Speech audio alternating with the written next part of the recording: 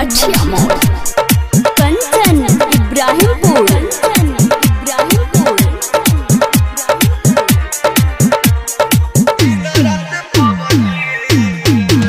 तोहके भूले खातिर लबजी रे खेली दिन रात पबजी रे। तोहके भूले खातिर लबजी रे खेली दिन रात पबजी रे। ओखिया जागता निक न लागता, ओखिया जागता निक न लागता, अरे खाना रोटी सब्जी रे। तोहके भूले खातिर लबजी रे खेली दिन रात पबजी रे। तोहके भूले खातिर लबजी रे रोज खेलता नी पबजी रे। अब कब के छोड़बे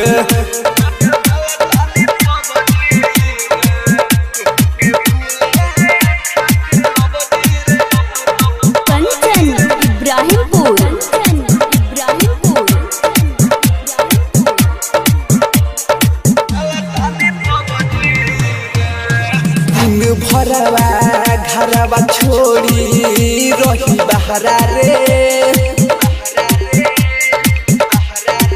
हो प्यार कोई के धोखा दी होले जखम गहरा रे। हो दिन भरवा घरवा छोड़ी रही बहरा रे। हो प्यार कोई के धोखा दी होले जखम गहरा रे।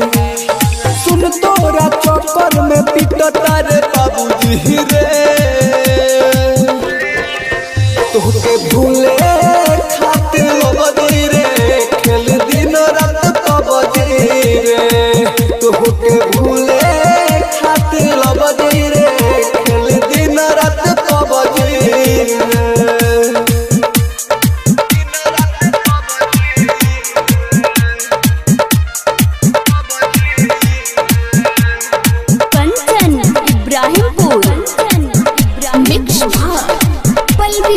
स्टूडियो मछिया मोड़ देह तो खुश सुननी बाड़े परमोद के संगवा रे। होवा के देखू रोज पीले बिसकिया रमावा रे। होते तो खुश सुननी बाड़े परमोद के संगवा रे। होवा के देखू रोज पीले बिसकिया रमावा रे। कहे अमर जितना ही माफ करी है रबजी रे। तोहके भूले खातिर लबजी रे खेली दिन रात पबजी रे। तोहके